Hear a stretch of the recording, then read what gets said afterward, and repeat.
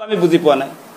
মানে পাৱাৰফুল মানুহজনে কেনেকৈ এতিয়া তদন্ত প্ৰক্ৰিয়াটোক যি ধৰণে আগবঢ়াই লৈ যাব লাগিছিল এইখিনিত যে তেওঁ আগবাঢ়িব পৰা নাই তেওঁ কেনেকৈ অকস্মাতে ফিউজ মাৰি দিলে সেই কথাটো আমি বুজি পোৱা নাই আৰু সেই কাৰণে আমি কৈছিলোঁ যদি অসম চৰকাৰে নোৱাৰা কামটো আসলে কৰিবৰ কাৰণে কেলে ফুটনি মাৰিব লাগে ফুটনি কিয় মাৰিব লাগে সেই কথাটো কৈছোঁ আমি ঘটনা হোৱাৰ লগে লগে কৈছিলোঁ যে এইটো অসম চৰকাৰৰ অধীনত আসলে কোনো প্ৰকাৰে তদন্ত প্ৰক্ৰিয়া আগবাঢ়ি যাব নোৱাৰে প্লেস অফ অকাৰেন্স য'ত ঘটনাটো সংঘটিত হৈছিল তাত গৈ SITৰ দলে CIDৰ দলে যেহেতু অনুসন্ধান কৰিব নোৱাৰে তাত যদি গৈ অনুসন্ধান কৰিবই নোৱাৰে তেনেহলে এই SITৰ প্ৰয়োজনীয়তাটো ক'ত যেহেতু প্লেস অফ অকাৰেন্স ছিংগাপুৰ তালৈ যদি অনুসন্ধানকাৰী সংস্থাটোৱে যাবই নোৱাৰে তেনেহলে এই তদন্ত প্ৰক্ৰিয়াটো কিমান পৰ্যায়লৈকে যাব সেই কথাটো আমি আশংকা বোধ কৰিয়ে কৈছিলোঁ যে কেন্দ্ৰীয় চৰকাৰৰ আটাইতকৈ শক্তিশালী যেটো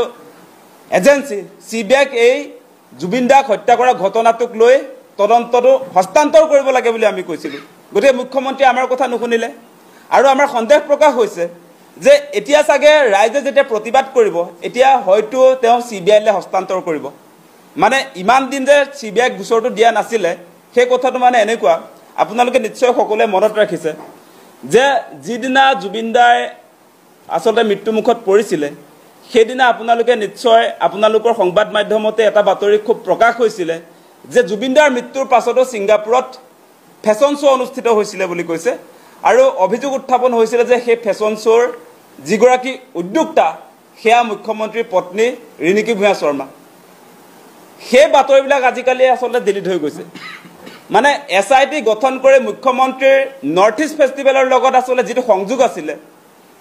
যি ধৰণৰ কামকাজবিলাক নৰ্থ ইষ্ট ফেষ্টিভেলৰ লগত লাগি ৰিণিকী ভূঞা শৰ্মা ডাঙৰীয়ানিয়ে শ্যামকানু মহন্ত যাক আমি ফেষ্টিভেল মহন্ত আখ্যা দিছোঁ সেই ব্যক্তিগৰাকীৰ লগত লগ লাগি ইমান দিনে সেই কাৰ্যসূচীবিলাক যে চলাই লৈ গৈছিল সেই কথা বতৰাবিলাক ডিলিট কৰিবৰ কাৰণে SITৰ জৰিয়তে আসলতে তদন্ত প্ৰক্ৰিয়াটো মুখ্যমন্ত্ৰী আগবঢ়াই লৈ গ'ল নেকি সেই প্ৰশ্নবিলাক আজি উত্থাপন হৈছে নহলে কেনেকৈ অকস্মাতে আসলতে মুখ্যমন্ত্ৰীৰ পত্নীও তাত যোৱা বুলি আমি অভিযোগ পাইছিলোঁ সংবাদ মাধ্যমত কৈছিল যে গোল্ডেন থ্ৰেডছ অফ আসামৰ ফেশ্বন শ্ব' চলি আছে আপোনাৰ আমাৰ হিয়াৰ আমঠি জুবিন দাৰ মৃত্যুৰ পাছত সেই বাতৰিবিলাকো আহিছিল গতিকে আপোনালোকক এটা কথাই ক'ব খোজো যদিও বিভিন্ন সময়ত মুখ্যমন্ত্ৰীয়ে ফেচবুক লাইভ আহি তেওঁ জুবিন দাক ন্যায় দিয়াৰ কাৰণে তেওঁ প্ৰতিশ্ৰুতি নিজে লয়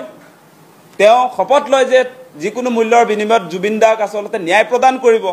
সেই কথা বতৰাবিলাক তেওঁ কৈ থাকে কালি উৰুটা মাৰি দি তেওঁ ক'লে যে সেই ন্যায় প্ৰক্ৰিয়াটো আসলে তদন্তৰ ক্ষেত্ৰত তেওঁ আগবাঢ়ি যাব পৰা নাই যেহেতু ছিংগাপুৰত থকা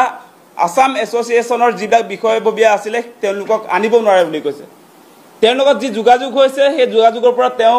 ইতিমধ্যে যেটো অনুমান কৰিছে যে সেই লোকসকলে আহিব খোজা নাই বিভিন্ন অজুহাত দাঙি ধৰিছে বুলি কৈছে গতিকে সেই কথা বতৰাবিলাকৰ পৰা প্ৰমাণ হয় যে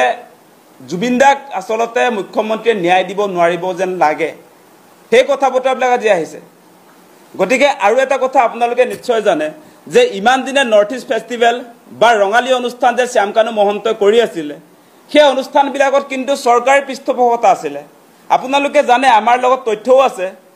যে নৰ্থ ইষ্ট ইণ্ডিয়া ফেষ্টিভেলত অসম চৰকাৰৰ ৰাজকোষৰ পৰা যথেষ্ট পৰিমাণৰ টকা লাখে লাখে টকা সেই ফেষ্টিভেলটোত যোগান ধৰা হয় গতিকে এই শ্যামকানু মহন্তক অসম চৰকাৰৰ কি দায়িত্ব দি থোৱা হৈছে তেওঁ বিদেশত গৈ নৰ্থ ইষ্ট ইণ্ডিয়া ফেষ্টিভেল আপোনাৰ পাতিব আৰু নৰ্থ ইষ্টক বা অসমক পৰ্যটন উদ্যোগৰ কাৰণে তেওঁ কি বিজনেছ ডিল ছিংগাপুৰত বা য'ত নৰ্থ ইষ্ট ফেষ্টিভেল অনুষ্ঠিত হয় তাত কেনেকৈ তেওঁলোকে কৰিবলৈ কি MOUৰ ভিতৰত তেওঁক আসলতে ৰাখি সেই কাম কাজবিলাক আগবঢ়াই লৈ যাবৰ কাৰণে কি দায়িত্বত ৰাখিছে সেই কথাটো মুখ্যমন্ত্ৰীয়ে ৰাজহুৱা কৰিব লাগে